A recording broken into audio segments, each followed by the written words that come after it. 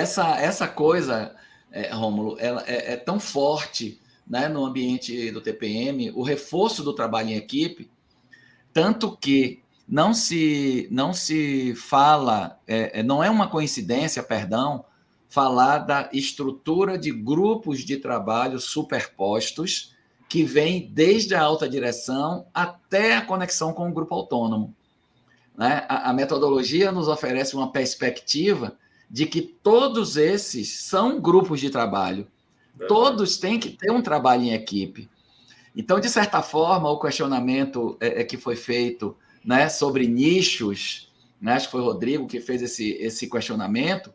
Quando eu falo em grupo de trabalho desde o topo da pirâmide organizacional, eu já trago como pressuposto que a gente tem que quebrar esses nichos, que o diretor industrial precisa ter uma relação aberta com o diretor de logística, com o financeiro, com o de planejamento, com o de engenharia, com o de recursos humanos, ou seja, com todas as suas interfaces. Por quê? Porque formamos um grupo de trabalho. Esse ambiente da excelência operacional, eu acho fantástico também nesse sentido. Mas se é que você vê algum desafio, que pontos você acha que são mais dificultadores, de estabelecer essa relação de parceria, de trabalho em equipe entre as lideranças? Não é na execução, não, porque lá os grupos autônomos, os grupos de manutenção, os grupos de melhoria, eles são formados e convivem em harmonia com essas necessidades. Então, eu queria falar um pouquinho dessa questão associada à liderança. Eu acho que assim, eu enxergo 2 pontos que podem divergir, né? Aí está muito atrelado à estratégia também. Então, por exemplo, metas conflitantes. Se você tiver meta conflitante, isso pode ser um entrave entre 2 lideranças diferentes. Então, esse é o primeiro ponto. Então, a organização tem que ter um cuidado de não desdobrar dessa forma, que você tenha metas conflitantes. Então, isso pode ser um problema, né?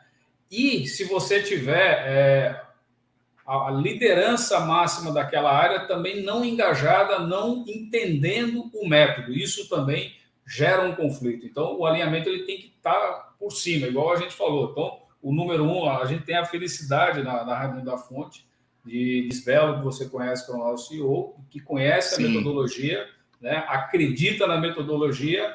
Então, ele fez a comunicação da declaração formal para a empresa e, a partir dali, isso desceu de uma maneira assim muito bem metodológica, seguindo o passo a passo. Então, a gente não teve essa dificuldade, mas eu já passei em outras empresas que você tem isso implantado, uma metodologia implantada só numa área. E quando você vai na interface, em nenhuma área é uma ilha, né?